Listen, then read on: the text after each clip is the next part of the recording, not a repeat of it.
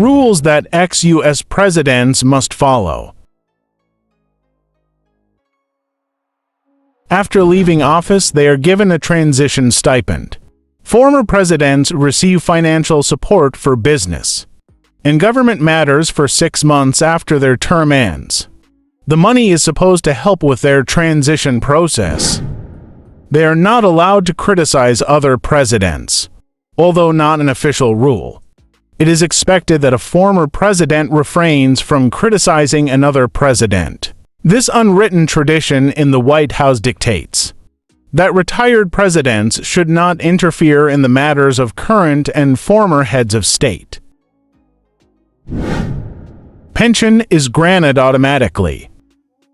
In accordance with a 2001 congressional act, the President of the United States receives a yearly salary of $400,000 United States dollars.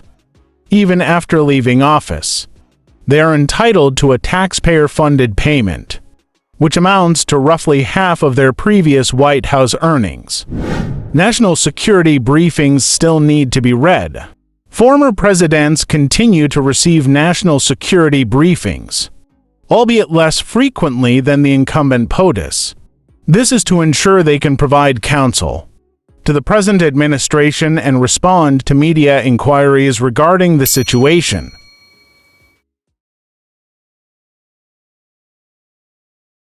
They must work. Former presidents are guaranteed an office, staff, and stipend from the government to carry out their ex-presidential responsibilities. This includes covering expenses such as office space and staff salaries. They are required to create a presidential library, according to the 1955 Presidential Libraries Act. Every president must supervise the establishment of a library under their own name. Additionally, they are urged to contribute presidential papers and other historical resources as a means of public service to the country. They can't just do anything they want. The Secret Service provides continuous security to presidents, even post office, limiting their ability to be impulsive. Agents require sufficient prior notice to arrange for public events and occasions, maintaining vigilant protection at all times. They cannot travel independently. Former presidents are accompanied by Secret Service agents at all times, including official and private events, even after they leave office. Because of the extensive Secret Service protection provided to a previous president, simple activities such as buying coffee can become complicated. Picture having to shut down a street just to drink a caramel latte. Driving is against the rules. After John F. Kennedy's assassination in 1963, a rule was put in place to prevent former presidents from driving on public roads. For the sake of their safety, they can't be president again if they served 2 terms. After the death of President Franklin D. Roosevelt in 1945, the 22nd Amendment was ratified to prevent any president from serving more than 2 terms. Their funeral is planned out. Upon their inauguration, former U.S. presidents have the privilege of planning their state funerals. If they opt for a state funeral, the event typically features a military procession and flyover. Additionally, federal law mandates the lowering of American flags to half-mast for 30 days. After the president's passing, state secrets cannot be shared. Former presidents possess significant amounts of sensitive information due to the nature of their job. Consequently, they become vulnerable targets for foreign governments seeking to exploit and bribe them in exchange for state secrets. As a result, it is prohibited by law for ex-presidents to disclose any classified information obtained during their time in office. They're encouraged to stay at Blair House. Former presidents visiting Washington are often invited to stay at the Blair House, a presidential townhouse. bought by the government in the 1950s. It offers dedicated rooms in the basement for Secret Service agents' use. A budget must be adhered for diplomatic activities. Former presidents frequently participate in diplomatic and humanitarian endeavors overseas on behalf of the United States. They receive reimbursement for their travel expenses, as well as any other expenses associated with their professional duties. No more commercial flights. After their time in office, many ex-presidents opt to travel by private jets instead of Air Force One, due to the increased security they provide. Mail needs to be searched.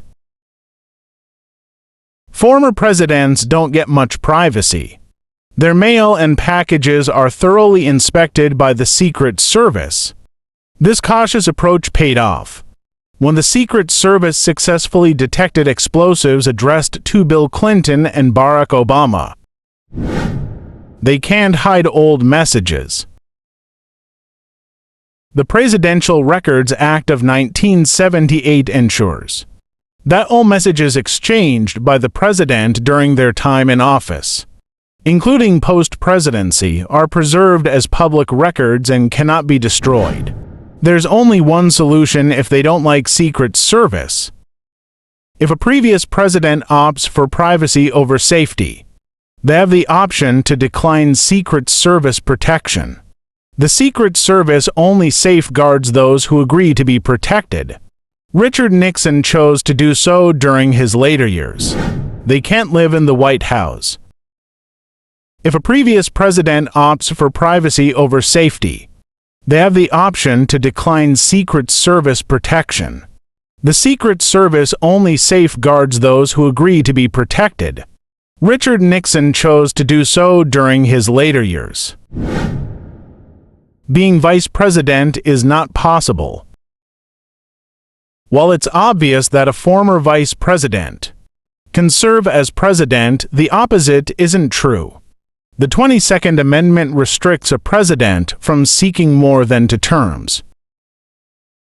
For instance, if Joe Biden were to serve as vice president to former President Barack Obama, post his own presidency, Biden would be required to assume the presidency in the event that Obama was unable to fulfill his duties. However, this would make Obama president for a 3rd time, which is prohibited according to the amendment.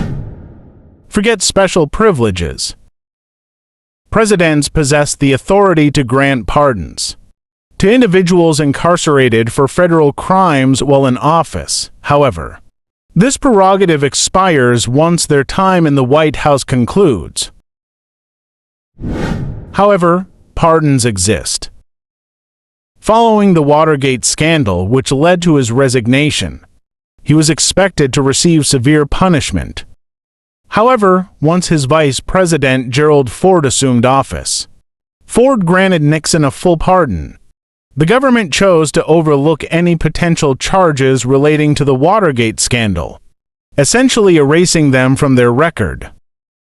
Staff must remain small. Former presidents receive an annual stipend for their staff, but it must be limited unless they use their personal funds. During their term, presidents have a team of approximately 400 individuals and a budget of $40 million United States dollars to cover their expenses. However, once they depart from office, they are provided with 96 United States dollars, zero for their staff. Not everyone receives government health coverage. One-term presidents, such as Donald Trump, are not automatically eligible for lifetime government health insurance. To qualify, former presidents must have worked as federal employees for at least 5 years. Therefore, they are responsible for paying for their own health care expenses. Military hospitals are available for use. Former presidents can choose to go to military hospitals. for medical treatment even if they haven't gone into battle. This is because their position as commander-in-chief gives them secretarial designee status. They must have their calls monitored. Presidential security remains in place even after leaving office. The monitoring of all incoming and outgoing calls and messages is crucial for their protection. Don't forget the former first spouses. Former presidents' spouses receive an annual pension of 20,000 United States dollars. However, they must refrain from accepting any paid positions from the state if they wish to continue receiving this allowance.